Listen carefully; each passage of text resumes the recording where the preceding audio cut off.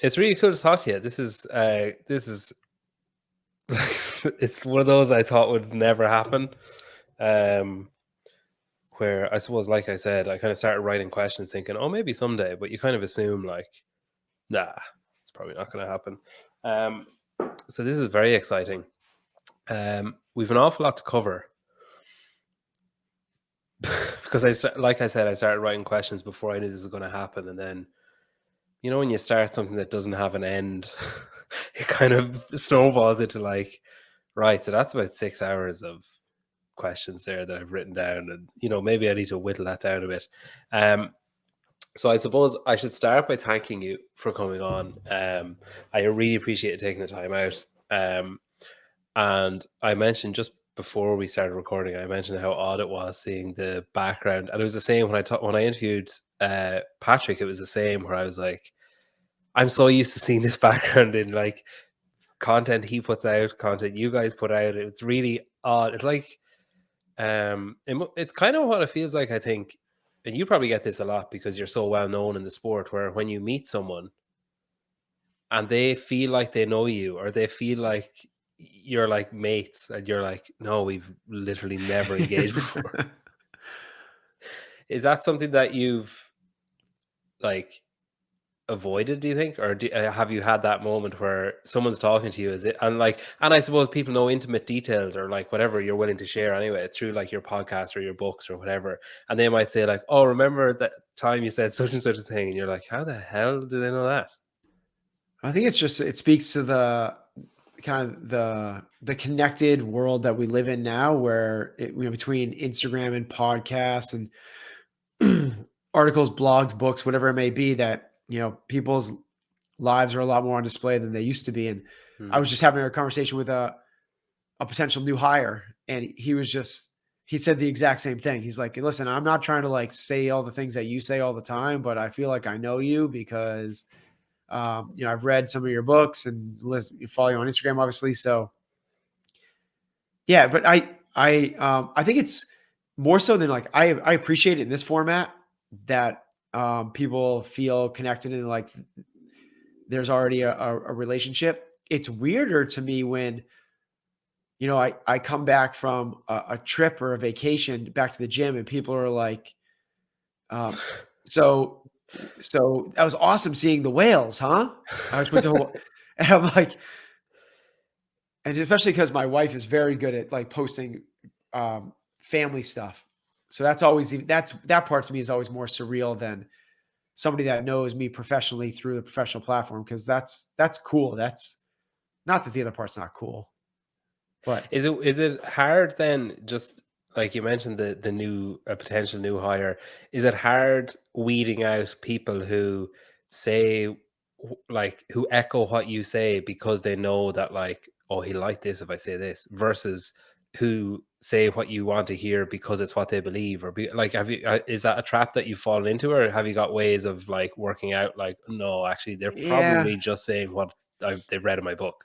I think that you can weed out like the genuineness pretty quickly. If somebody's just regurgitating information, um, that's flattering, but it's not authentic. Hmm. So I think it's pretty easy to tell if like somebody um, passionately feels like that, and that they're following their path, and this is truly something that is a part of their you know personal MO, as opposed to just kind of like, oh, Ben would like it if I said this. um, you mentioned podcasting there, and like chasing excellence is like it's ever popular. Um, and Which is I've really cool because I know you've interviewed Patrick, but it's so not our when I started recording Chasing Excellence, it was so early on in the days of podcasts. I had never heard a podcast before I started recording a podcast. Patrick was like, hey, there's this new thing called podcast. We should do one. And I just trust Patrick. I was like, cool, let's do it. So we sat down with a couple microphones in the same room and started talking. And yeah, it's amazing because, I'm really proud of of a few of the platforms that I'm a part of, whether it's CrossFit New England. I've been a part of, CrossFit HQ, the Games Athletes, Comp Train, But when people reach out, or I see someone on the streets, or I meet people at Wadapalooza or something like that, they talk to me about the podcast. It's the thing that resonates the most. And we have something like, I don't even know the number anymore, but it's like, 15, 20 million downloads, which is amazing. Same. No, I don't. Um, is it It gets hard? there. It just takes, part of it's just a time game. We've But been it's doing fun. it. It's fun as well, though. Like I think a lot of people give up on it. I think well, it comes back to what you were saying about the uh, knowing when someone is like passionately believing something. I think when, like, I had someone message me the other day who runs a podcast, and they said, when did you start yours? And I said, oh, like December 19. And I was like, I was kind of struck by the um, abruptness of the question. I was like, there's a follow up coming to this question. And they were like, how long did it take before you noticed growth? And I was like, oh, I mean, it depends how you define growth. Like, I'm still like tiny compared to what's out Right. there. Like, and I sent back, you can do like a cumulative graph or whatever on some of the feeds that you can use. So I sent back a picture of it, and I was like, it's still happening. Like, it's still, I'm not where I think it can go, but I'm further along than I was. I was like, how you is 100 listeners like 1,000? Like, what's growth to you? Like, Right. And I said, like, it's still happening. I still wouldn't call it big. But I just kind of think there's a lot of people who give up, either never getting to the point where they're allowing themselves to enjoy it, or they give up for the wrong reasons. Like, they give up because, or maybe they started for the wrong reasons, because they thought it was going to be like free stuff coming in the post or in the mail every week, or they thought they were going to get invited to loads of stuff, like, or that they'd be instantly famous or popular or whatever. But I just think it's funny that you say how many downloads there are, and that how long you've been doing it for, and from what it started from. It's very similar for me, where it was just kind of like, okay, I'll do it and see what happens, and then it kind of just snowballs. But yeah, I think it echoes what you were saying about the right reasons thing, like that.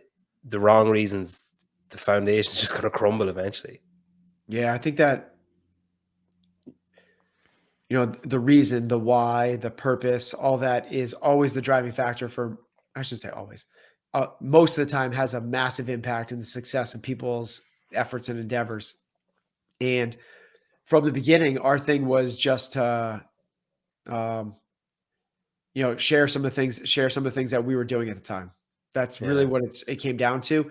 Is I've been in the CrossFit space for a while. Kind of started in the early, kind of like the first few years of the sport. So started in 2006, affiliated in 2007. 2009 was the first CrossFit Games we went to, and I've been to every game since. And by 2015, 16, we just wanted to share some of the things that we had picked up along the way, some of the mistakes we were making. And that was really our purpose. We still have yet to monetize it. We've never taken an ad dollar at all, because that wasn't the purpose. We weren't there to try to get, as you said, get people to send you free stuff, try to become invited to events, or whatever the other reasons are people start podcasts. We did it really authentically to share, to talk about some of the things that we were doing. So we Yeah. never kind of, I think when you have that common thread, that common purpose, or maybe it's not common, the clear purpose in terms of what you're doing, um, it, it allows for some consistency, and consistency over time, done with some meaning behind it, hopefully resonates. And that's just all it is, in the early days, it's kind of, I just released a new book too. And I was talking with my co-author about it, and we were talking about how it was doing, and it's doing great. It was an Amazon bestseller, which was awesome. But we were talking about, how more people talk to us about our first book than they do about our second book, even though the first book was released in 2017. It's 5 years old. This new book should be way more timely, way more prevalent. And I had the conversation with her. I was like, hey, just it takes time. Like nobody, when we launched our first book, no one talked about with me that first book. No, it wasn't a part of the conversation for about 2 or 3 years. And then it became this thing that, I've read Chasing Excellence. I've done, and it's one of those things that I really do think building platforms like this, like podcasts, like being an author, whether it was like becoming a photographer, like being Insta famous, whatever, time is as big of a factor as anything else. And I know everybody wants the instant gratification of you put it, because they all see the stories like, 50,000 followers in 50 days. And that's not, I don't think that's a way to grow something of true meaning and purpose. That might be the flash in the pan, what's really hot. If you're getting there, it's probably because, you had some, you were caught, dancing on the beach and a wave took you out. Like one of those things that just hits once, but like the slow drip, drip, drip, drip. It takes a while. And I know this from the gym and the comp train side of things as well. It takes a while because people need to see the consistency of messaging. And when the consistency of messaging is there, then all of a sudden it's the thing like, oh, this is truly what this stands for. This is what this is about. I can get behind this. I can trust this. If it's just the quick hitter, you're looking for the next flashy thing. And the next flashy thing may or may not come, and it may or may not help. It might seem like it helps because it gets you the next 25,000 followers, but they're not the followers for the right reason. And now all of a sudden your churn rate is super high. And it's why I think that time is one of the biggest components to platform building. Is it hard to like stay fresh with the podcast and to stay, because like you've obviously covered so many topics and so many areas that the two of you are passionate about, and like, I guess there's a common thread between the two of you and how you view things and how you do things. So is it hard to not just go over all ground and not just to rehash things? It's so funny. So we record like every week, and I can remember recording our second one. We did the first one on like, I don't know, it was like nutrition or something. And the next one was like how to do well in the open. And we got done and we're like, now what do we talk about? Well, that's everything. That's everything. We covered it. Like that's the end of it. But what we've done, so the answer to that is yes and no. Like if I was to think about what are we going to talk about for the next 50 episodes, I would have no idea. I could come up with, I have a hard time coming up with the next one until it's time to do the next one. And it's there because we're constantly learning, we're constantly growing, we're constantly evolving. So the next iteration of who we are that we can present to the world is there. It's just that I don't know what I could present next year at this time because I don't know then. I don't have that experience. So that's the first part of it. The next part is we have a pretty broad topic base on the podcast because and in the beginning we really did go like, okay, we're gonna do one on this, we're gonna do one on this, and we looped through the 5 different things.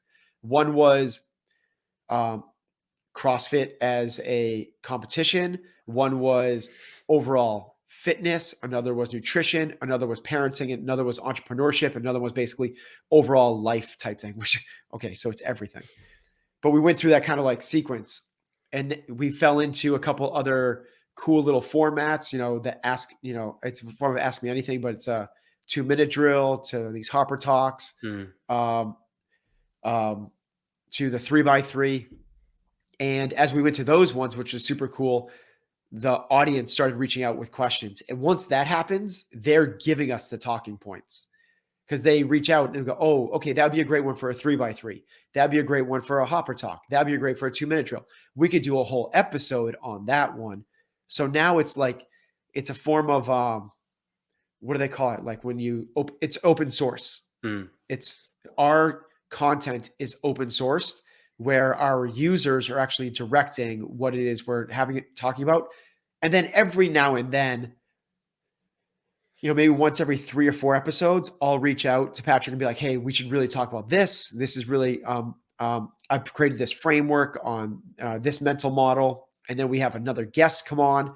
The guest comes on, we read the guest's book or whatever it is. And now that opens up a whole new avenue to other stuff. So it's funny, if you asked me that question on episode 5, I would go, yeah, I'm petrified. I have no idea what we're going to talk about next. But now that we're on episode, whatever it is, 300, it's a non-issue. It essentially writes itself. Do you get nervous when you go on other podcasts or when you do your own either? Sometimes, not on my own. I'm never nervous on my own. Sometimes when I go on other podcasts or sometimes when I have certain guests, I'll get, I'm going to reframe it though and say excited. Excited, yeah. Yeah. That's fair. And it depends on, usually it has to do with how much I know about the person. And if I don't know a lot, that's where I'm going to reframe it back, nervous, because I don't know I don't know how to direct the conversation. Yeah. So maybe I don't need to reframe it. I am nervous if I don't know the person a lot, and Patrick's, does a great job, but I'm kind of like supposed to lead a lot of the conversation. And then if I do know a lot about the person, usually I'm very excited about that because I love to, take the discussion to the next level past what they wrote in a book or they presented on a TED Talk or whatever it might be. Or I'm just super excited to share my insights from what I've seen with that person to our audience. Because I feel like what our podcast is essentially, it's just the gateway.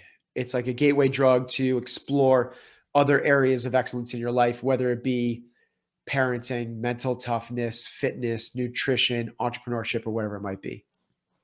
Were you nervous going on Savannah's podcast?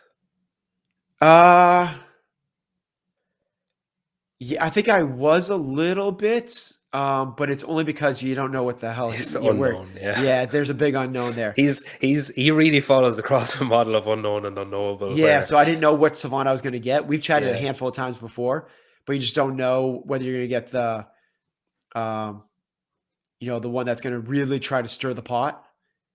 But after just a couple minutes of it, Yeah, I think, well, you came across very well in it. If that's any consolation, it was an enjoyable listen. Oh, thanks. The books then, so I listened to your first one. I don't read books. I don't read books at all. So I listened to your first one, to you reading it. Did you enjoy doing that? I hated it. Yeah, awful. Hated it. Yeah. And for a bunch of different reasons. You said it, so I don't know where, did you say it in one of your books or something? Did you say you're dyslexic? Yes. And actually dyslexic, or I almost it's so funny. I almost think of it as past tense. Like I was dyslexic. I definitely still am, but it was so debilitating as a kid, and it's not debilitating now, that I almost think of it as like a thing that I used to have, which is cool. Have you got is it like coping mechanisms now? Is that what you mean? Well, I just do so much more reading now that it's like I couldn't read before. I just couldn't. So 2 things with dyslexia, it happened to me, and everyone's got these different forms and it manifests itself differently for different people. The biggest thing for me was when I would read, I think, and I used to go to these classes to help me read better. What most people do when they read is they read in chunks, and they'll read 3 or 4 words at a time. And if you watch people's eyes, you can tell people are reading, because eyes don't go pan across. They go, and then they jump. Eyes go in little brackets, because they're reading 3 or 4 words in a sentence, 3 or 4 words in a sentence, 3 or 4 words in a sentence. When I read 1 word, and then I read the next word, and then I read the next word. So you can never scan. You can never be you never know if you're reading a question or a statement until you get to the end. Exactly right. Yeah, and I don't know if I'm when I'm reading books to the kids, I don't know what voice to do, the tone or whatever, because I don't know if it's the mom or the or the dog or whatever it is. And then the second part of that is reading out loud becomes a massive challenge because I'm reading one word and I get hung up on words. So instead of, this is also how it's the same thing when you're learning music. When you're learning music, it's Mary had a little lamb. And that's how you learn on a computer. I mean, on the piano. It's like, bang, bang, it's that. And then when you get good, better, it goes, Mary had a little lamb. And then when you get really good, it's Mary had a little, and so on. I've just never gotten, I've always been kind of stuck at that. The other way my mind comes up is if somebody gives me a bunch of numbers, they just flip in I can't remember phone numbers for the life of me. So if somebody's like, hey, Ben, give me a call back. The number is 781-123-456. I'm like, I have to listen to it like 5 times to play it back. But yeah, that's why I hated reading my book, because at least you knew the tone that was required, or you knew that it was, it wasn't going to be a dog talking, it was going to be Ben. So at least that's a positive. Yeah, that definitely helped. But then the other part of it is you're in a studio, in a basement. This is where mine was anyway, in a recording studio, in a basement, windowless, just talking for, it's an 8-hour, however long it is, a 6, 7, 8-hour book. Well, there's that much, plus there's retakes and stops and breaks. So usually I'd say it takes, like 2x. So I was in a basement for 16 hours, whatever it was. Jeez. So it's like 2 days of your life kind of there. I'm going to do it for the last book I just did. I just have to wait till after the game season's over. So I can carve out a couple days in a basement. Well, I really enjoyed the first one. I think I actually said, I don't know who I said this to. I talked to Christine a bit, and I don't know if I said it to her or if I said it to Patrick, but you have the voice of like a 19-year-old. No, you have such a young voice, like a crazy young voice. Yeah, you sound like if I was casting like a young lifeguard in an animated movie. It's like that, like it's like an unpainted. Kids, get out of the water. Yeah, exactly. Adult swim time. Yeah, and you expect him to be the hero of the story, but then he just kind of doesn't really feature that much or something. That there's a more like, so something happens there. I'm not quite sure in the details yet, but I'll circle back on it. So yeah, I really enjoyed it. I think the reason I enjoyed the first one so much was because I knew all the players, I knew the people, and I knew the story. I knew what happened. Yeah. But then it was like I was peeking behind the curtain. Yeah, but I was getting like details that I shouldn't have had. Do you know what I mean? It's kind of felt like, oh, I'm in on something here. Like I'm being told, like I'm privy to a conversation that I wouldn't have ever otherwise heard or whatever.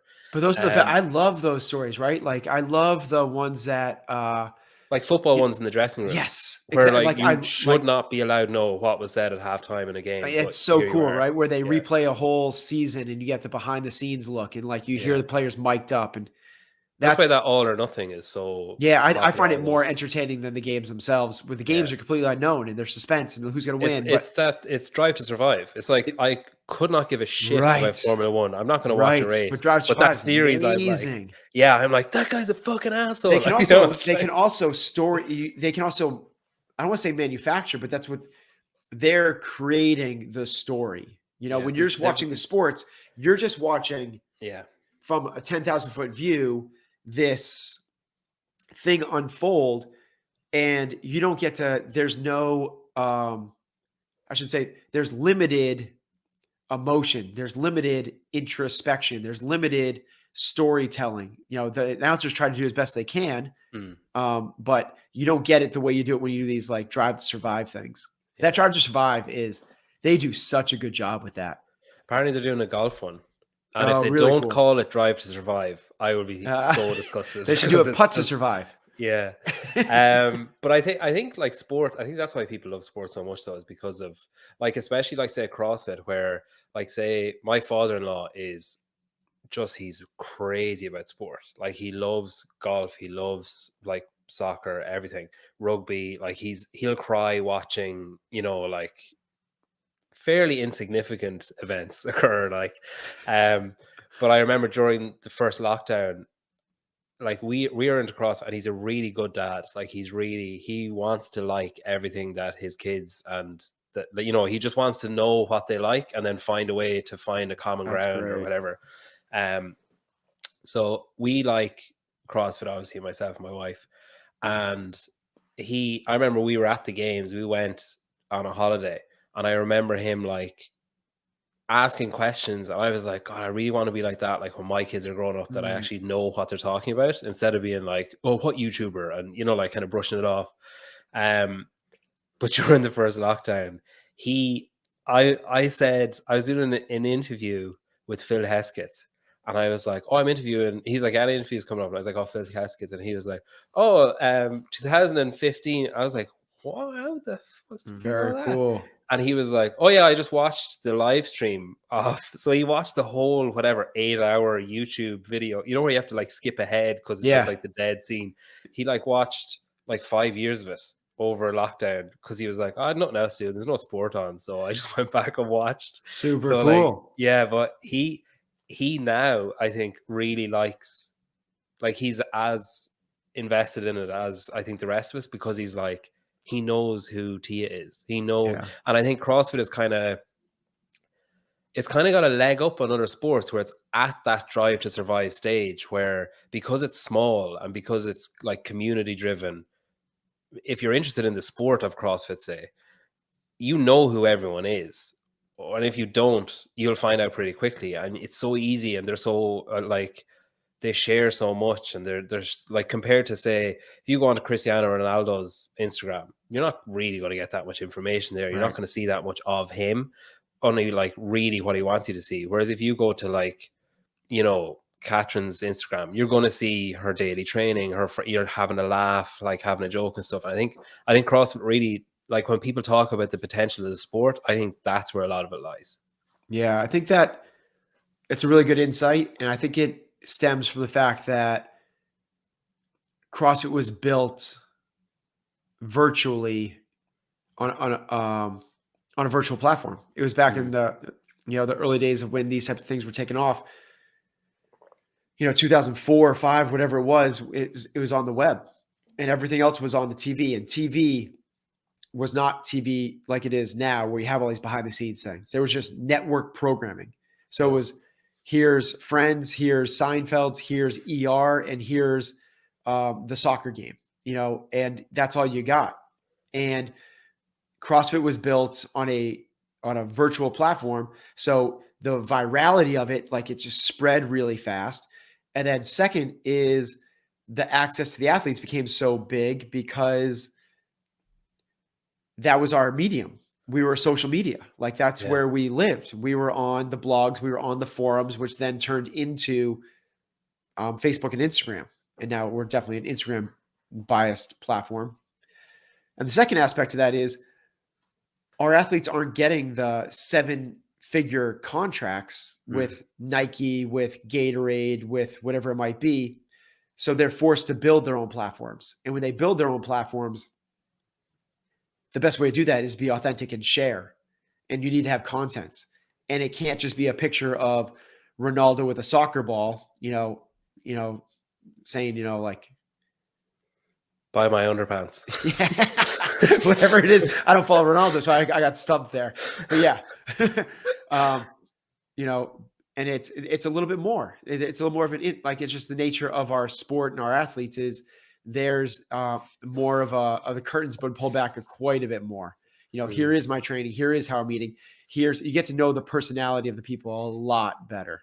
Way more so than, as you said, than a lot of the other professional athletes. Well, I can't give you a bigger compliment than this, I don't think. I actually did read the second one. Oh, wow. So that's a big compliment. And I left a review on Amazon as well, which Christine was delighted with. So I made a commitment to myself this year, which I'm already flagging on a bit, to read 12 books because I don't read and I hate reading. And I'm a teacher, so I should. And I'm always saying to kids, like, oh, it's so important. Like, it's, reading, oh, it's really up there. But I think the reason I wanted to do it was because I'm like reading stories with my daughter is like 2, and she just adores being read to. Mm, And I'm like, I must have been like that at some point. Like I must have enjoyed like reading and being read to and stuff at some point. So I don't know where it went or what happened. I'd say it's because, in school you're told you have to read this book for this exam or whatever. So I'd say it's something to do with that, but I don't know. So I said I'll read a book a year. So I read yours. That was the first one I read, and I really liked it. And I like a little bit into it, I was like, oh, am I going to like this? Because I don't know any of the people. Like, I don't know. It's not the people. It's not like Chasing Excellence. It's not like Matt. Like, yeah. am I going to lose interest? And I found it, like heavier. Like I kind of had to wade through it a bit more because it wasn't as, I suppose, singular story driven, if you know what I mean. Like there was kind of it's like a manual or a guide almost, whereas Yeah. like Chasing Excellence was more of a story. But okay, I loved it. All right. I have to ask before we start talking about the book. It's month number 4. How many books have you read? You don't really have to ask that. No, I've read. I'm actually reading a book now that Patrick recommended because I send out a weekly email. On last week's one, I was like, if anyone has a pamphlet that will qualify as a book because I'm falling behind, can they send it to me? And he was like, here's a really short book. And I was like, okay. So I just bought it straight away. It came What in the was it? post. Oh, fuck, what's the name of it? War of Art. Oh, yeah. Yeah. And he was By like, Stephen Pressfield. yeah, he was like, Yeah. really It's short good. book. I was Yep. like, excellent. Took it out of the package. I was like, this is pretty thick. But I was like, okay. I was like, his short and my short are very different. Because I'm Another on the one. like, I'm going to try and read 10 pages a night. Like, that's my level of Oh, that's consistent. no, You know what I that's mean? I'm really not. good. No, 10 pages a night is awesome. Oh, yeah. But then I only do it like twice a week Oh, okay, there because you go. like Yeah. my kid is awake or what, like whatever You know what I happens. just read to my kids last night? It took me 2 nights to read to my kids. And it's a good book.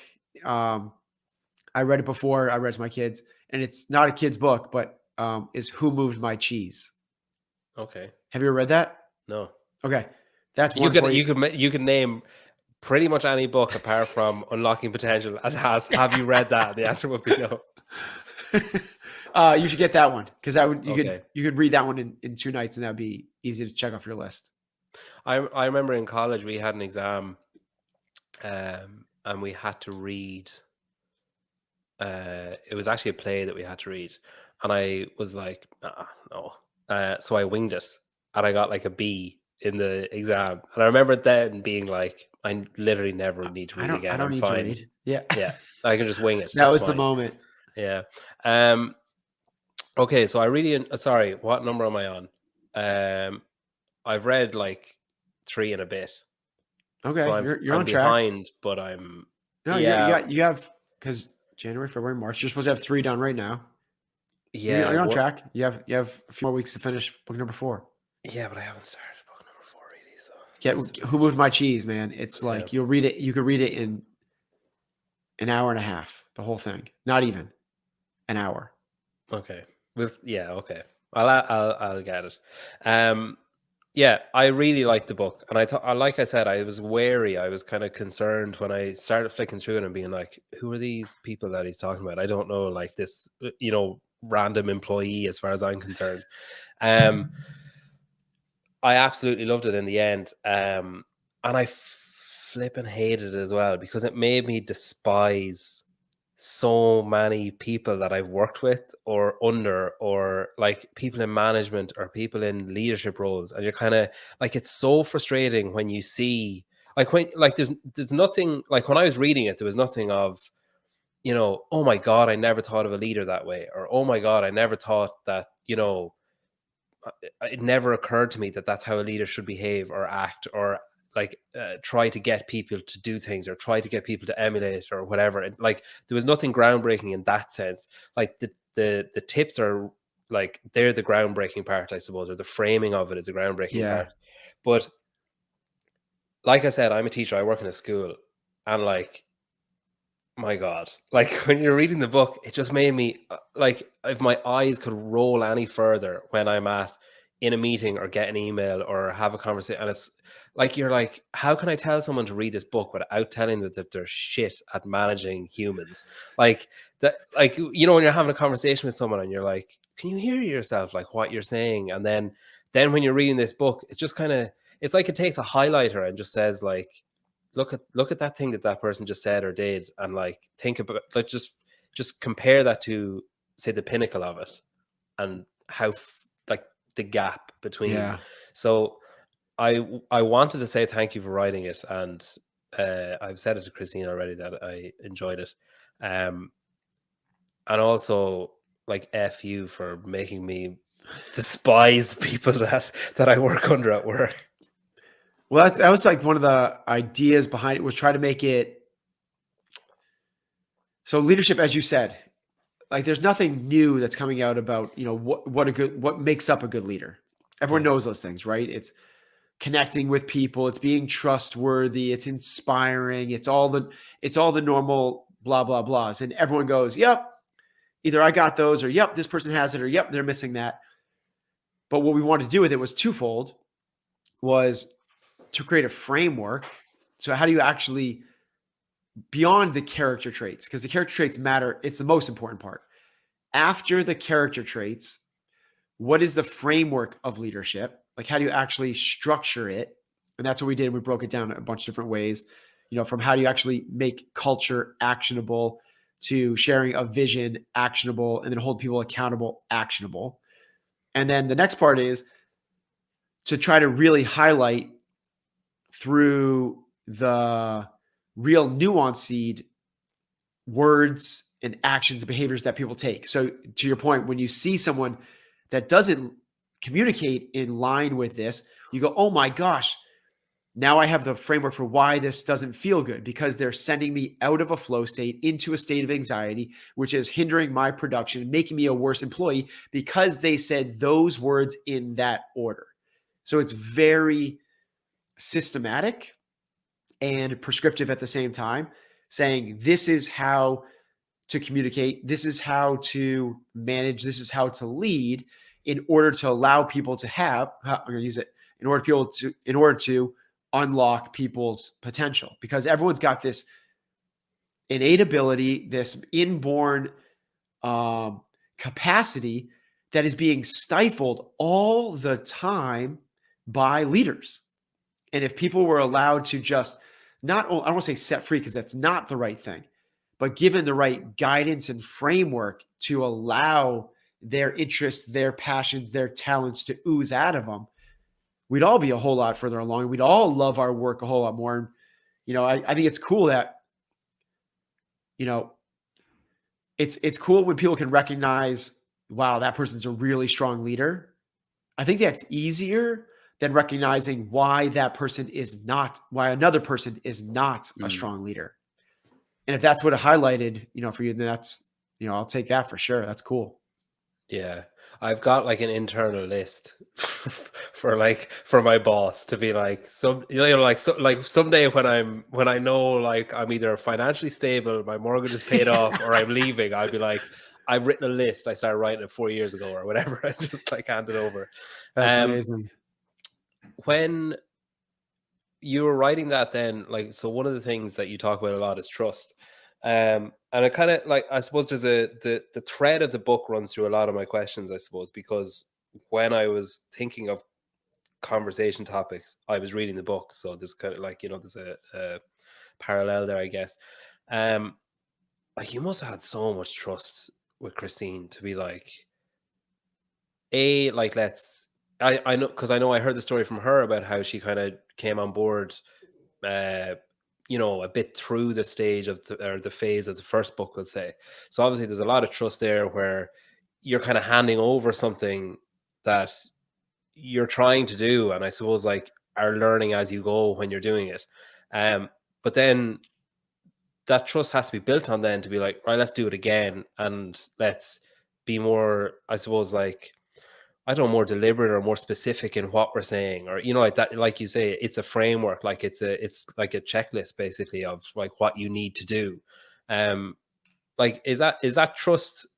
Is that because you both believe in the same things, and like, is it like buy-in that gets you there? Yeah, so we kind of talk about this in the book. Um, I don't believe in the word buy-in, because buy-in to me is like I have to convince you of something, and now are you bought into it?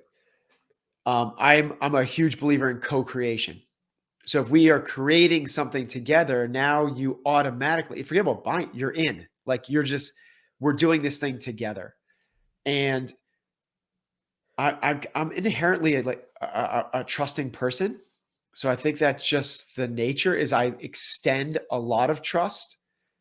And then if the person comes through, then we have it. There's a trusting relationship there. So with the first book, I don't want to. It's not an easy process to write a book with somebody else at all. And we had the first one, we didn't know the process because it was both of our first time ever doing it. So it felt a lot. There's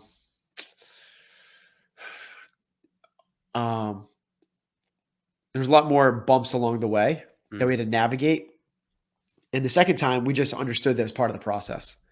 So the second time, we almost wrote the whole book and then scrapped it and basically started over. We did that 2 times. And then finally we came up with, because when you start it, you think that you have, this is our message and that this is the way that we're going to tell it. And this is going to be the framework. And this is going to be the leaping off points for it. And then you go, well, maybe this is the framework and it's not quite that. So it wasn't the type of thing where it was like, we had it all built out. I'm a big believer in, what the software industry would call like build, measure, learn. And it's the iterative process of getting to an end state, not let's map it all out, make it exactly perfect, and then do it exactly according to the plan. It's not like how you would build an automobile. You build an automobile, you're not making it up as you go along. But the way you run a business, the way you run your family, the way you write a book, that is the way you launch software. That is an iterative process where you create something and you go, okay, how can we tweak this? How can we make this better? I know more now. I know the way this is going to go. And we kind of layer upon it and you move it together. And the second time, Christine and I both understood that that was the process. So it made, the trust kind of, it was, I don't want to say it was a non-issue because you get done with the introduction in the first 2 chapters. And I'm like, this sucks. This is not good. This is not the book I want to write. This is not the stories I want to tell. This is not the message and the lessons. This isn't even the tone I want to use at all. And Christine is, having been through it and there's so much trust between us. It's just cool. It's just, we understood it as part of the process. Though I think we had a head start on that because the first time I wrote the book with her, as you said, she came in halfway through the process. I'd already done 2 drafts with 2 other people. And the first one was written. I was like, this sucks. This is what I want to do. And we did it again. I was like, this still isn't it. And I was like, Christine, let's take a crack at this. So we were kind of, we're halfway through the drive already. So we just knew the next time we did it, we were going to have to go through that together. I think it's interesting as well because the first one, I think, the first one humanized a lot of people that, like I said, like kind of pulled the curtain back on a few people and conversations and stuff like that. Whereas I think the second one uses humans to show what should be done. Do you know what I mean? Like, it's people who, like, not everyone can win the CrossFit Games. Like, not everyone will have the same level of determination, drive, like work ethic, belief, all that kind of stuff, be willing to put in the hours, be willing to, like, lock themselves in a basement and train or whatever. But like anyone could get a job well, anyone could be a coach. Anyone could get coaching credentials, within reason. So I think the second book is more approachable in that way, where you're kind of like, well, shit, that could be me. Like, you're never going to look at Matt Fraser winning the games thinking, shit, that could be me. Like, very few people are going to, unless they're deluded, very few people are going to believe that. Whereas, anyone, realistically anyway, anyone could say, I'm going to be a coach, or I want to coach people, I want to help people. I could apply for that job in that gym and have a decent chance of getting it. So I think that was part. It was something that when I opened the book first, I was like, oh God, am I going to like this? Like, I don't know who these people are. But by the end of it, I was like, fully bought into the fact that like they were just like me, as opposed to elite athletes that I was kind of getting to know. Yeah. Yeah. It's the second book is basically, the idea is it's a book about leadership, and everyone's going to be a leader at some point. Whether you're a mom or a dad, whether you're part of a volunteer organization, whether you are a manager or in a leadership position in your business, or you own your own business, everybody at some point has a leadership position. And I struggled with leadership massively when I first became, a business owner. It was something I loved coaching, but I hated managing. I Yeah. hated that aspect. I loved being in front of a group and walking people through thrusters and pull-ups and talking about nutrition and mindset. But I was so reluctant to delegate responsibilities to, at the time, was my friends, because that's what I thought. Like, I was peer to peer. So I own this gym, but I have these coaches, and I was like, I just don't want them to dislike me. I don't want them to think I'm bossy. So, man, I had to learn a lot, before I felt like I was a competent leader, let alone, somebody that felt comfortable and confident with their leadership. Just the competence took probably close to a decade. I started running the business in 2007, and it wasn't until probably 16 or 17 I started acting like a leader. In the last 5 years, it's been really refined. But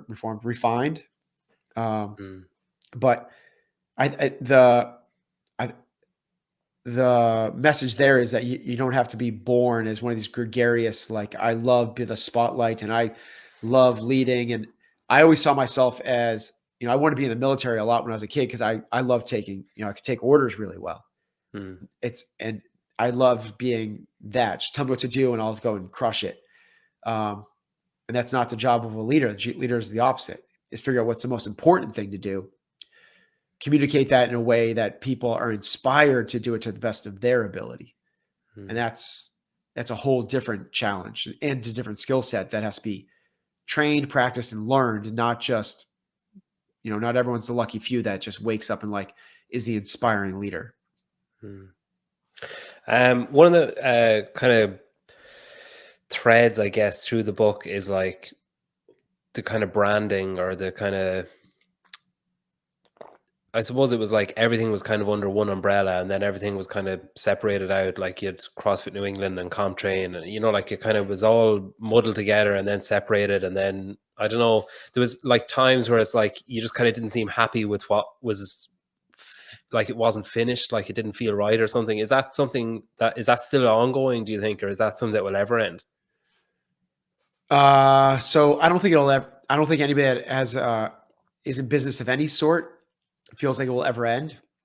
I think that's the nature and the amazing aspect of business. I take that to every aspect. I even think that in terms of my athletes' careers. I just don't think that they end. I think that they move on to the next thing and they carry the lessons from this on to the next one. But particularly in business, it's, Simon Sinek has coined it like the infinite versus the finite game. And those that live a finite game believe that the business ends at a certain fiscal or yearly point, and they go, okay, here's our market share, here's our revenue, and we figure out how well we did. But I think that it never ends.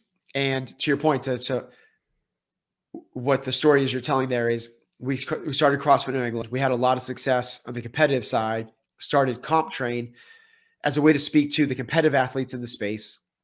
CrossFit New England became the place that we were able to do the thing in person. It was where we had the one-on-one relationships. We ran classes, and we were really able to affect 300, 400 lives in a really meaningful, impactful way. Both they felt it and we felt it back because it was truly that in-person thing. CompTrain was on the subscription side. It was done through a third-party platform, and then we created our own app. So less like real life interaction, but a lot more potential to talk to a lot more people because it's essentially infinitely scalable. Along the way, we kind of came to this crossroads of like, is this one business? Is this two businesses? And then we had another person we were working with who was running the overall business at the time, who was like, no, Ben Bergeron is the thing we should be pushing forward and trying to get him to be, on the speaking tours and writing books and podcasts. And so there's a lot of confusion in terms of the vision of what we were creating. And that's something that we have spent the last year really working on. And for the first time, I feel very good and very confident in the direction that we're headed.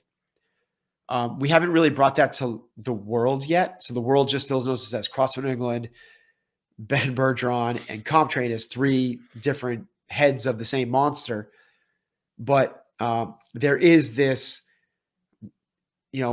massive overlap and interaction, because before we go, okay, the people in the gym, they follow this, they're this demographic. They have these character traits. They have this. And then the people that listen to the podcast are this, and the competitors that do CompTrain are this. And we found is this massive overlap of one customer, one methodology, one voice, one way that we can speak to everyone about. And that's what we're super excited to kind of bring to, that we're working on revamping the entire. You're actually the first person I've talked to about this. Exciting. So we're working to kind of bring that new message and methodology to everyone in the next few months. Is it still going to be like CompTrain will still be a thing? Yeah, so CompTrain is still a thing, and CompTrain is essentially the parent company of the whole thing.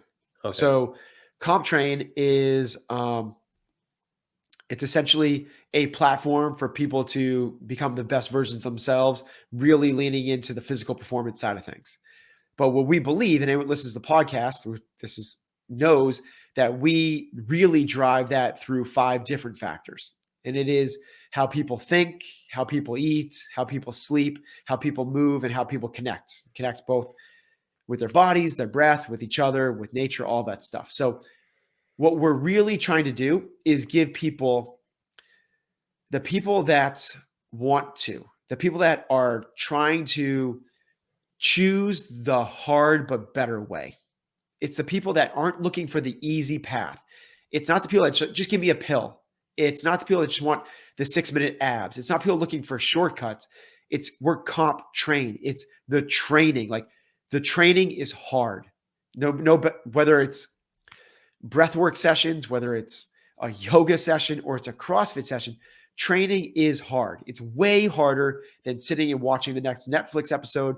You choosing to eat clean and eat light is way harder than indulging and eating the crap. Like it's harder, like no questions about it.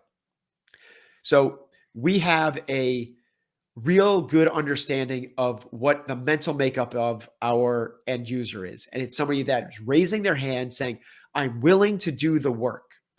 I will do the work. Guide me. Like, let me know what it is I should do today. And most people are falling short in one of those categories. They might be killing it in the gym, but their nutrition is off. They might be killing it in the kitchen, but the sleep is off. They might be killing it in the sleep, but they're eating themselves up and judging themselves over and over again and living with fear and anxiety, and their mental place isn't make up. They might be super confident. They might be all of that, but they haven't worked on the breath work aspect of things. They're not maximizing the respiratory system. So there's a lot. We want to bring this complete aspect to the training. That's what Comp Train is. It's a complete training platform for people that are raising their hand saying, like, give me the hard work. I know this can be hard, but I want to do the work to live my best life, because I know that this is the foundation of everything else, whether it's me being a better dad, a better business person, a better philanthropic for charity, or it's a better whatever it is. I know it starts with my health. I cannot fill from an empty cup. I must become the best version of myself before I can help others. And if we want to, as a collective whole, make this world a better place, it starts with patient zero, which is you. It's a whole think globally, act locally. Well, not even locally. Start with yourself. Be the change you want to see in the world. And in order to do that, there's a lot of ways you can do that, a whole bunch of ways. You can give to charity, you can go work, in so many meaningful, impactful ways. But if you don't have health, you can't do those things. And health and performance, everyone talks about those two different things. When you see her health, you think like wellness and longevity and, like, so for some reason it's like white and green imagery. You think of performance, it's like hardcore, it's athletics, it's inside the lines, it's in the arena, and it's much more hardcore imagery. It's like black and white or something like that. Health and performance are two sides of the exact same coin. All that health is performance across your life. Health is nothing more than the ability to perform. I don't need to know your biomarkers if you can run a 6-minute mile at age 85. Like you just don't have to tell me what your triglycerides are. I don't need to know it. If you're still playing 18 holes of golf at 102, I don't need to know what your blood pressure is. Like, I don't need to know traditional health markers. Just tell me what your performance is. Now, if your performance is off, let's dive into some of the health markers, because those are telltales of what we can work on. The flip side of that is health is nothing more than performance across your lifespan. Performance, you can't have ultimate performance without ultimate health. If you're trying to be the fittest person in the world, but you have a low immune system, you're sick all the time, you can't perform at your peak because you're missing training days. You're putting an imaginary ceiling on your performance. So we need those two things to basically go up at the same time. People are like, no, CrossFit Games athletes are shooting for this super massive fitness. It's the same thing. If they go so hard on their performance that they get injured, no health, or that they knock their immune system out of whack, overtraining, no health, then they are not going to maximize their performance. It is the same thing. So what we're striving to do through the Comp Train platform is to give people the resources, the access, the program to be able to maximize everything that they have so they can truly live out the best versions of themselves, to ultimately lift up other people. But I'll leave that to everyone else. What we're doing is create the platform to lift up you.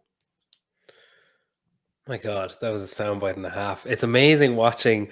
I like it so, and it you mentioned like flow and stuff a lot, and finding a state of flow in your book. But it's amazing watching someone who's like passionate to their core about something, just wax lyrical on it, and like I think even if you're not, like, I agree with everything you're saying there, but I even think if I didn't agree with everything you're saying and I was listening to you talk like that, I'd still be like, find me the nearest wall, I'm going to run through it. Like, you just get to like amped. I mentioned there finding flow, and one of the things you mentioned that, like, basically you kind of sum up your job with, say, the elite group of athletes that you have is to get the group there, like to get the motoring and to get them into a position where they can find flow in as regular an occurrence as possible. And I was curious, like, we'll say when a new athlete is coming in, so say when Chandler is coming in, that was like big news, and that was a big, like, he's a very well-known athlete, he's popular, he's got he's got a big personality, you know, like from what I've seen anyway. Like, is there any kind of wariness about bringing someone in? Because like, you know, you hear about that upsetting the apple cart, and it's kind of, is shared goals enough? Is the fact that he wants to be the best version of himself, and like in an ideal world that culminates in him winning the games, and that's the same, you know, or a similar goal to the other athletes that you have, is that enough? Or is there any kind of trepidation of bringing someone in, of being like, oh man, what if this messes up all the stuff that we've built? Yeah, there's always massive trepidation. And that's why we try to vet them as much as possible to see if they would be the right fit. The shared goals is definitely not enough. That would be the same way of saying, like, um, if we're going to hire somebody for comp train because they are passionate about bringing this message to the world, that's enough. Like, come on board. But somebody, one bad apple can certainly spoil the whole bunch. And we have to be very cautious of that, because what we're constantly trying to do is, as you just said, is get people into as much of a flow state as possible. If people train in a flow state, they're going to get the most out of them. That's truly the way you truly unlock potential, is to get people into this. For people that are familiar with this, it's also been called like being in the zone. But it's essentially this mental place where things just flow out of you. That's why it's called a flow state. If everyone's experienced this some way, if you're a musician, I know you have, because it's when it's just like, it just flows out of you. You just said, like, when I was just talking, it's cool to see that. It's when you're watching any performer and you know that they're just totally absorbed in the moment. It's like completely absorbed in that actual moment. And their best is just coming out of them. It's captivating. It's hard to turn away from somebody in a flow state, no matter what they're doing. If it's painting, if it's street art, if it's a lecture in a college hall, it doesn't matter what the venue is. It's really engaging to see it happen. What we want to do is get our athletes to spend as much time in there as possible. The things that detract people away from a flow state is, well, it's endless. But the biggest ones are anxiety, fear, stress, worry, anxiousness about something coming in the future, or regret, jealousy, things that in the past they wish had gone differently. And usually those things flip-flop, like past to future, future to past, back and forth a lot, because the reason that they're anxious about something in the future is because something in the past hasn't gone the way that they wanted to. And they're projecting forward again. And this is where all this really popular stuff about be in the moment is. Be in the moment, it's ridiculous. You can't be anywhere but the moment. Like, you can't be anywhere than you are right now sitting there talking to me. You can't be. It's impossible. Except your mind can wander somewhere else. And the mind is an incredibly powerful thing that, when harnessed well, does phenomenal stuff. Like, the reason we're able to talk through this platform is because of the human mind. We created this technology to be able to have a conversation with somebody face to face anywhere in the world. That's so cool. The mind, when harnessed for one of two things, is amazing. And those two things are focus and or solving problems. So if I ask you to focus on solving, doing a puzzle, playing chess, reading a book, maybe not you, but somebody reading a book. That's the mind can focus very, very well. Similar, it can solve problems. Just sit down, let's work through and this problem. The mind is built for those two things. But when the mind doesn't have one of those two things to do, it falls to another thing, which is called chatter. And it's just this endless loop of conversations in your head. And it's going to look for things to focus on and look for things to solve. Therein lies our problem. It's just going to search for problems, and it's going to cause anxiety. It's going to cause stress, worry, doubt, fear, all those things. Where if we could just pull it back and live in this moment for now, and there was nothing coming down the pipeline, we'd be good. Or let's work on something that's going to come down the pipeline, but let's do it productively. I'm not saying just sit in the moment. I want you to plan for next quarter. I want you to think about what's the questions you should ask the next guest. I want you to think about how you should grow your audience. Those are problem-solving things. But when your mind's not tasked with something specific like that, it's going to find we are problem-solving machines. If we don't have the problems to solve, it's searching for them. It's going to go, well, what if my next guest isn't good? What if the next guest doesn't think I'm a good interviewer? What if a competitor comes in the space? What if nobody wants to sponsor my podcast anymore? And now all of a sudden you get this endless loop of worry. That's not productive. That's actually going to take away from our productive applications. And what we're trying to do with our athletes is give them as much productive application in the gym as possible so they can be the best versions of themselves when they enter competition.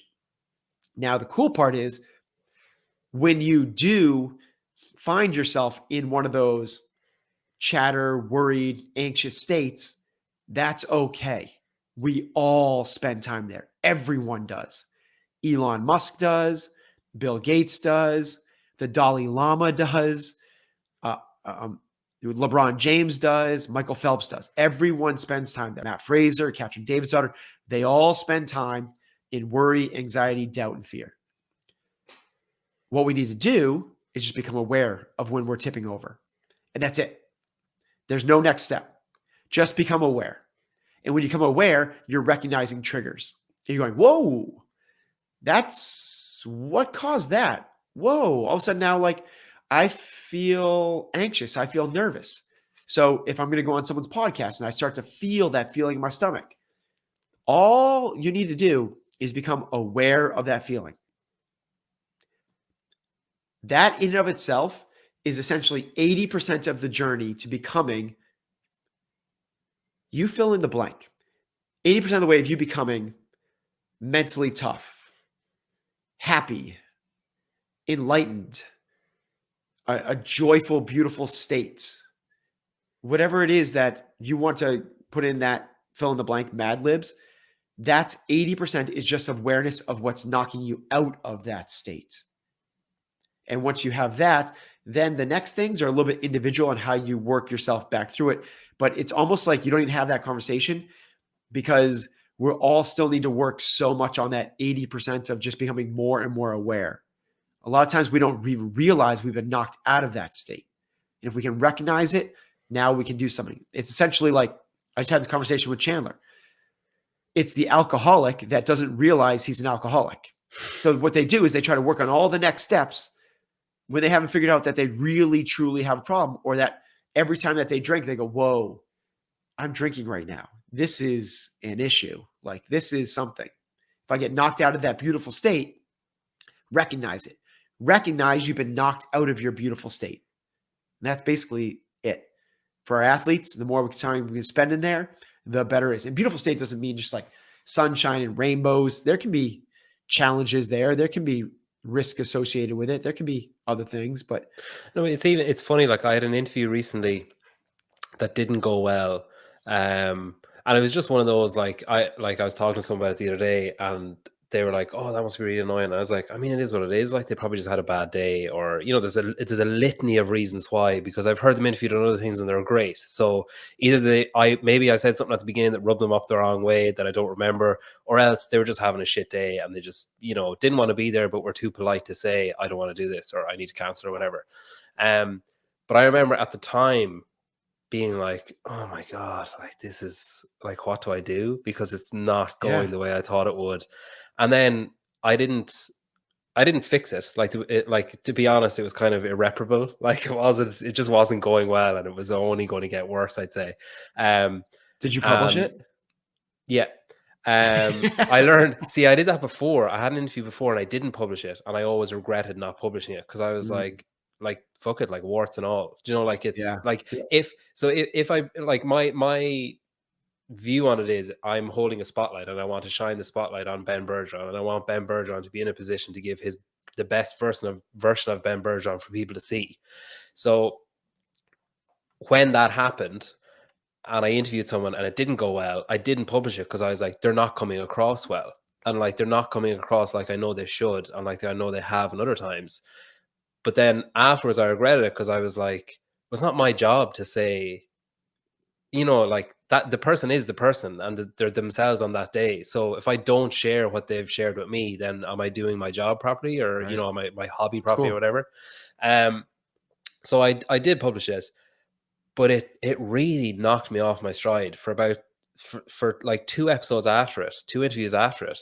I was like doubting everything I was asking. I was like, oh, is that a stupid question? Or like, oh, are they going to get pissed off me if I talk about that? Maybe that's going to send that one down the tank and whatever. And it wasn't until I had an interview with someone that I'm like, really familiar with. They've been on like 5 times. And I had like no notes written. I was just like, I'll be fine. I know what I'm going to talk to them about. We have a lot to cover. Chatted to them. It went really well. And then I was able to say like,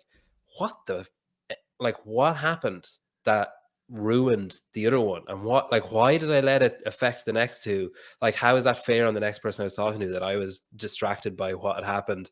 And then I started thinking about that stuff of like, I was getting nervous about interviews instead of excited about them, and I was worrying about, oh, is this going to be received well now when I publish it? Like, are people going to hate it? Like, will it stop people listening or whatever?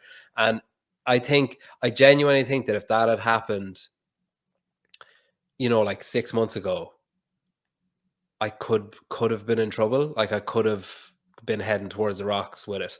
Whereas I think because I've learned, like, from reading your book, and I think as well, like, from being married and from seeing my wife exhibit traits that I share with her, where I'm like, hang on, you're catastrophizing there a bit. Like, or, like, I'm pulling her back from the edge a bit. And then after the dust settles, I'm kind of like, well, fuck, I probably would have said the same thing had I been the one speaking. So, maybe that's something I need to work on. But yeah, I think like when you see other people exhibit, and it's always the easiest thing to say when someone else has a problem of being like, well, you should do this, or you should look at it this way. It's Whereas when it's easy you, from it's the like, it's yeah, easy it's like, from well, the nothing works. grandstands. Right. Yeah. But yeah, it's interesting. Just as you were talking, all I was thinking about was I was so anxious about, oh, maybe that guy thinks I'm an asshole, and maybe that's what happened. Maybe he just thinks I'm a dick, like, and maybe that's why, and maybe the next person will think that as well. And then I found myself, like you said, like flip flopping between that episode was shit, and it's like worrying about why, and then maybe the next one will be, and like worrying about why. And I think thankfully I spoke to someone who I'm comfortable with, and it got me back into the Yeah. middle. And well, you might think this is going badly, but I think it's going well. So I think I'm still in the middle. So it's good. What you're saying, so there's 3 decisions that will determine our lives. 3 decisions that will determine our lives. And you're talking about them right now. The first one is, what do we focus on? So are you focusing on the one episode that didn't go well?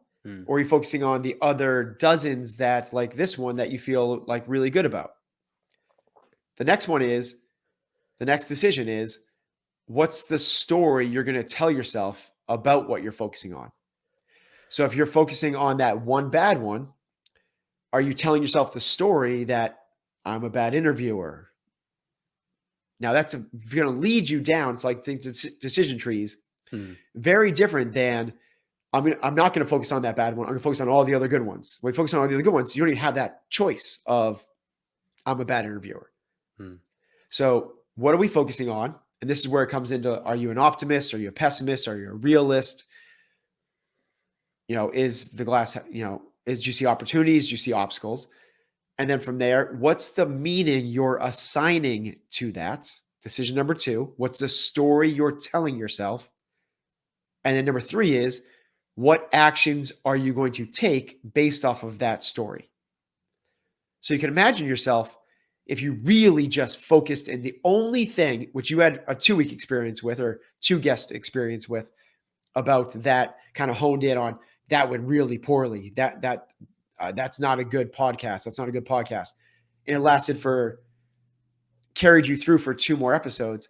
If you continue to focus on that, continue to tell yourself that story, chances are you're going to stop doing podcasts.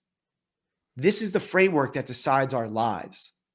Now, if instead that bad episode happens and you go, yeah, I'm doing podcasts, there's going to be bad ones for sure.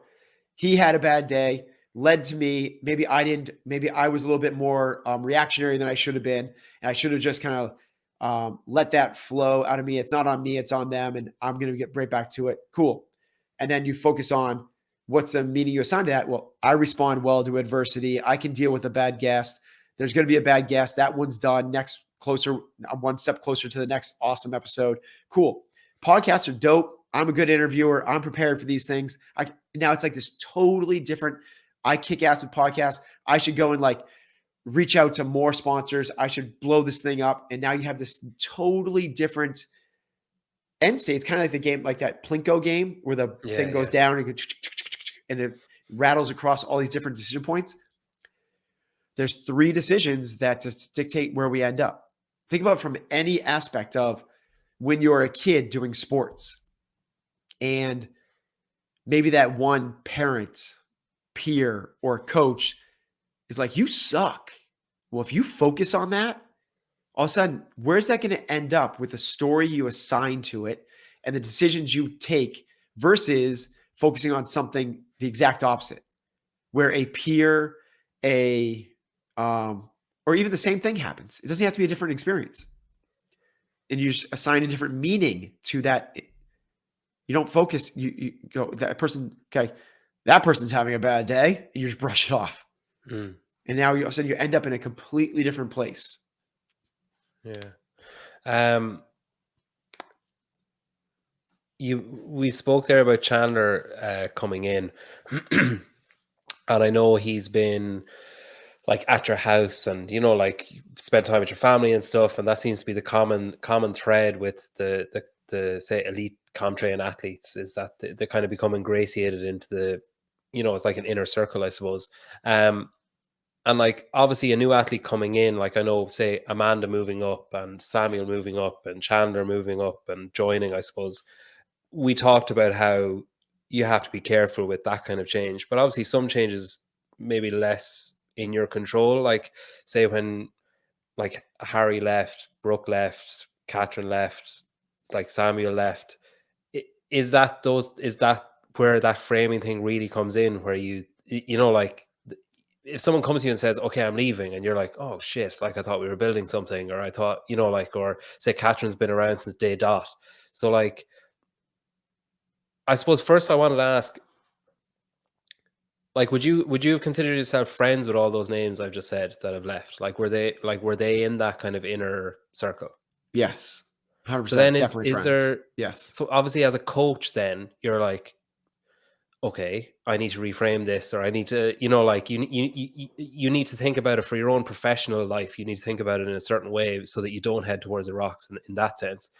But then as like just Ben, like, do you have to grieve that? Like, do you have to, like, is it hard not to take it personally? Is it hard not to be like, feel a bit like, you know, I suppose grief stricken, or like that a friend is leaving or something? Yeah. So I think that there's a natural emotional response to most things that happen that don't line up with your expectations.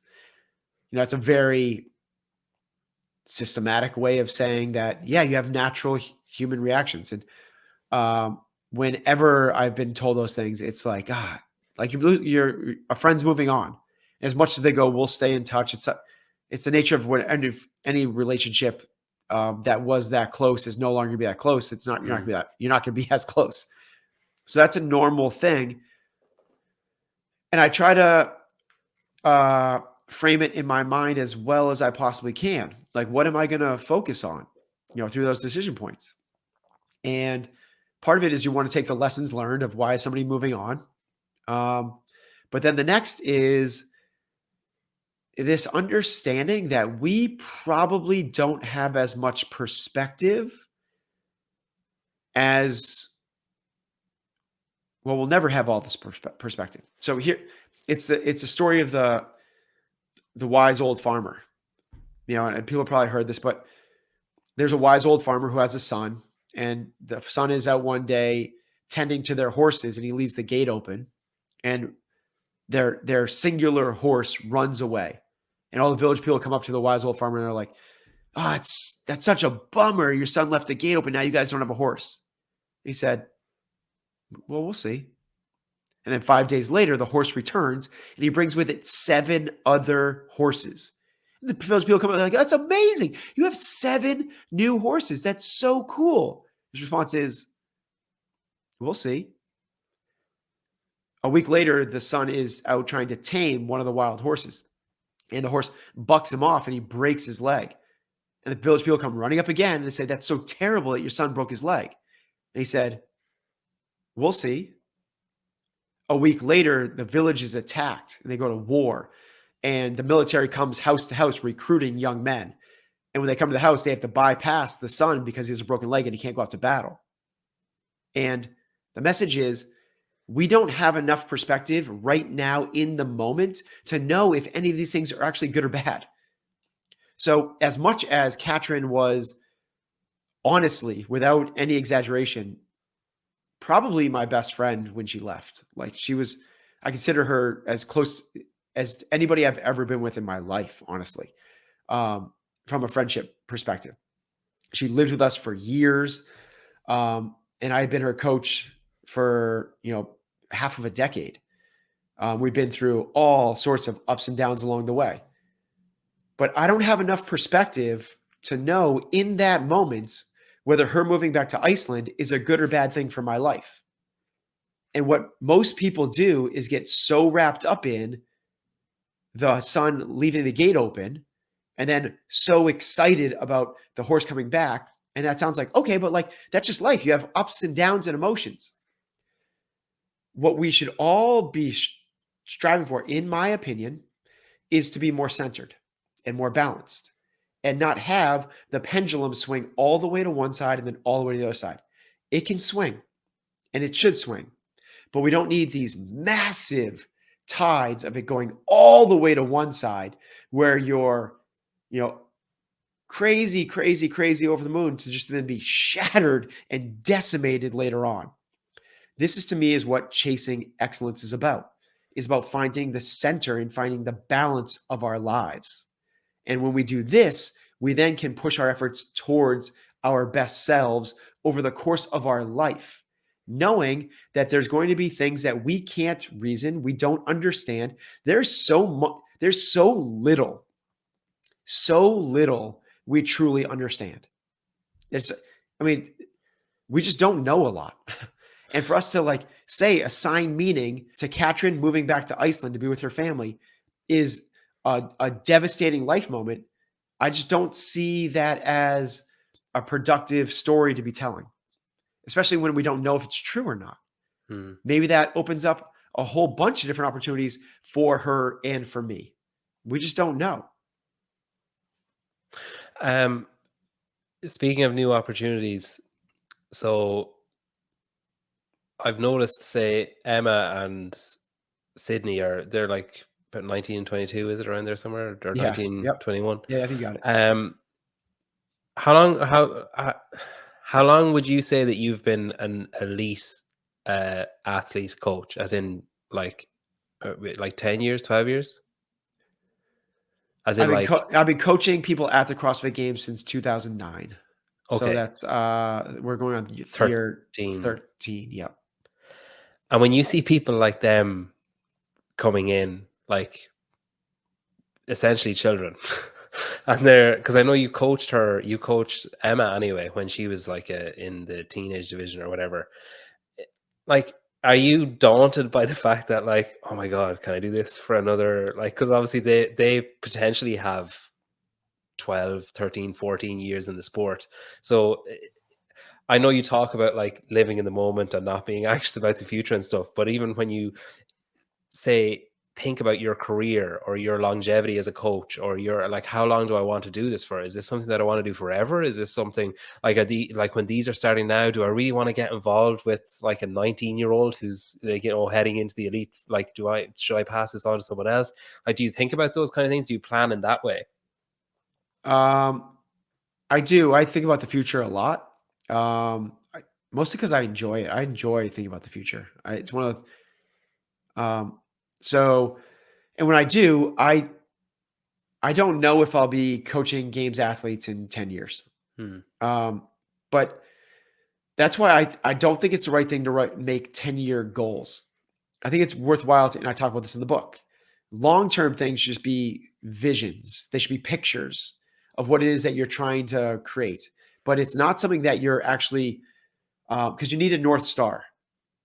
You need something that you're actually going to steer towards, but it's not an actual destination. You can just kind of like, if you're going towards North Star, it doesn't really matter if you go off course by even a mile or two because you're still heading in the right direction.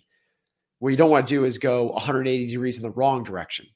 And as long as you have that North Star, which is, in 10 years, I feel like I'm still going to be very involved in this CrossFit, lifestyles, coaching, sport, giving people access to healthier versions of themselves. So this is right in line with what I want to do forever.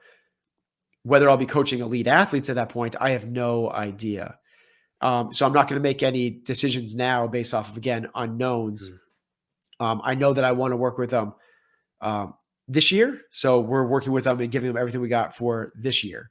And then when it happens next year, we'll have more information and we'll kind of work towards next year and then the next year and the next year. But every year is I think this is one of the things that people don't recognize in athletics until you're in a coaching position or you're in the same organization for a long time. Every year is so different. It is so different. From the athletes that we're working with to even the schedule we're going with on a daily basis, like it all changes every year. And it has to. Some years the open is in February. One year it was in the fall. Some years it matters a ton because if you're not in the top 40, you don't go to regionals. Other years it doesn't matter at all. So every year is very different. Some years you're working with athletes that are later in their career. Other years you're working with athletes that are early in their career. Some years they're all in-house. Other years you have one athlete in-house. Other years you have a team and the other it's all so different.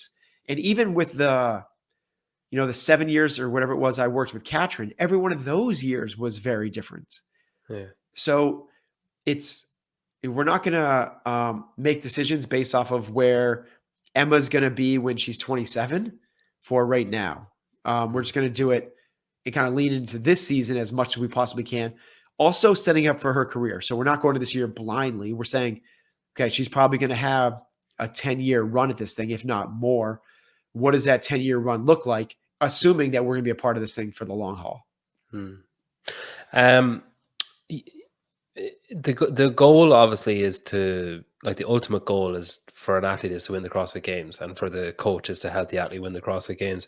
And I was curious, where does a lack of success become a failure? Is there a line of, are you looking, say if you don't win the games or if the athlete doesn't win the games, are you looking for individual successes with smaller successes within that to take away and then things to build on? Or is there a time where it just becomes okay, no, we actually just failed this year? Yeah. So it's a great question. It basically the answer to the question is because only one, I don't think people realize this. It's so funny when you say it a lot, but one athlete out of 7.2 billion wins the CrossFit Games or I should say 2 athletes, guy and a girl. So 2 out of 7.2 billion win the CrossFit Games. Okay, let's do it. People that signed up. 1 out of 500,000 people. 2 people out of 500,000. So to have, yes, that is the goal. And yes, that's what we're striving to do. But to say anything short of that is a failure,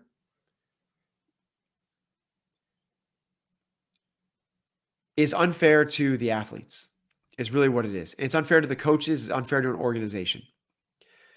So then it becomes, okay, what is success and what is failure? And to me, it comes down to really 2 things. The first one is, at the end of the year, can you look back and look in the mirror and say, I am completely satisfied with the effort, the focus, the preparation, and the execution I put into giving my very best this year? And if the answer to that is yes, I think it's hard to be disappointed. And just to play that out, there's been years when we've said no to that. There has been. And then the second piece is there is always, as much as you try not to, there is subconscious, maybe conscious expectations of where you think your athletes should end up. And this is truly what dictates people's happiness. If you are a rookie, your first time ever being there, you just snuck in to the games. Like you were at the semifinals, you were the 5th qualifying spot your rookie year, and you only made it in by 1 point because of the last event. So you just snuck in. And then at the games, you finished 5th place overall. I promise you, 99.99999% of every athlete is going to be ecstatic with that performance. But if Tia finishes 5th place this year, I can promise you she's going to be disappointed. And that's simply because of expectations. So that the saying is that expectations minus reality equals your happiness. And that's how basically you can kind of line that up. And people have expectations, whether they voice them or not, whether it's secretive or it's public, whether it's their expectations, the media's expectations, or anybody else's. People have an idea of where they think they should end up that year. And that really has a lot to bear on what people think a successful year or an unsuccessful year looks like. Well, look, we'll finish up with a quick fire. I'm conscious of that we've been here like for 3 days now. So they're all, well, most of them are either or. So ski or row? Ski. Snatch or clean? Clean. Coach individual or team? Individual. Regionals or semis? Semis. Dumbbell or barbell? Dumbbell. Okay, the last two are kind of hard. Best coach outside of Boston? So in CrossFit. Oh, I was going to answer outside of CrossFit. I'll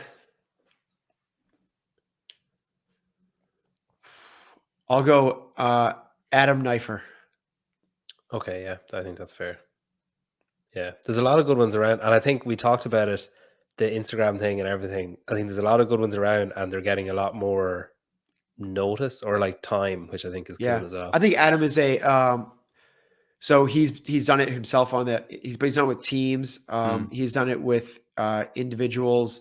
I think people underrate so Rich has done it with a team and but Rich is on the team. So that's a huge, that's a huge plus. Adam was on the team as well, but he's no longer on the team anymore. And he's been on a team that's won the games and they've been in contention so many different years. He's also Justin Medeiros' coach. He was USA coach as well once, wasn't he? Yep. I think he was the coach for the USA as well. He's an all around, like, just awesome dude. Yeah. Super I think he probably yeah. doesn't get the notice because he's so humble and because he's so like just happy go lucky, and you know, he gives off that kind of like, yeah, it's all great. You know, like he's kind of probably doesn't get the notice he deserves, I think. Yeah. Okay, and then dream athlete to coach. Like in the CrossFit space, who would I want to coach? Yeah. I'm going to answer this without a name. I'm just going to lay out some bullet points and then maybe you can help me fill it in. They'd be under 23 years old. If it's a guy, he'd be between 5'8" and 5'10". If it's a girl, she'd be between 5'4" and 5'6". If it's a guy, he'd be about 190 pounds. If it's a girl, she'd be about 150 pounds. They'd have a weightlifting, gymnastics, track and field, and let's say basketball background. They would be super, super eager to learn and be coached. And they'd be resilient where they wouldn't get hurt and they would adapt to training well. Meaning there's a lot of people you could put on two athletes on the same training program. One sees amazing results. So Matt Fraser, like when I worked with him, you give him something and all of a sudden like he just like gets so much better, so faster. Other athletes don't do that. Like Katrin was actually one of those athletes. She had to work and work and work and work to try to get better at certain things. So adaptability of training and resiliency, meaning that they don't get injured easy. So whoever that athlete is. I have to look up his height, but it sounds like you're describing James Sprague on the male side. James is a really good dude, but he's too tall Yeah, I was thinking he's to too fit tall. that. I'm not saying too tall Yeah, for the sport. I'm saying too tall. for your Yeah, he's chest. like Yeah. 6'2". He's a monster. And I'm not sure. You just said under 22. Is that your only Yeah. age thing? I'm not sure if she played basketball, but Lucy McGonigal she's from Ireland, but I think she's ticked a lot of the boxes that you've said there. So maybe keep an eye out for her. All right. Well, look, thank you again for coming on. Thank you for like giving so much of your time. Thank you as well. I kind of have you in my head of one of about 5 people who've influenced how I'm doing what I'm doing. Not necessarily like what I ask or who, that kind of thing, but I just think the kind of aiming at being an amateur professional, like I'm like, it's never going to pay my mortgage, but I want to be professional about what I'm doing. And I think I'd I have, love that. you and Patrick, I've had actual conversations with Patrick about what am I doing and why. But I think without actually talking to you, I think you're responsible for a bit of it as well. The most recent is the BHAG was, I think you're in your unlocking potential. You mentioned the big, hairy, audacious goal. And yeah, I think I wrote a few down at the start of the year, and this was one of them, and I think they're coming true. Super cool. So yeah, I mean, there are some properly fucking audacious ones that are, we might never get to, but we'll aim for them. So yeah, thank you, and best of luck with the season. Best of luck to all your athletes, and best of luck to the new, the refocusing of comp train and everything under that umbrella as well. Appreciate it. Yeah. Thanks for having me.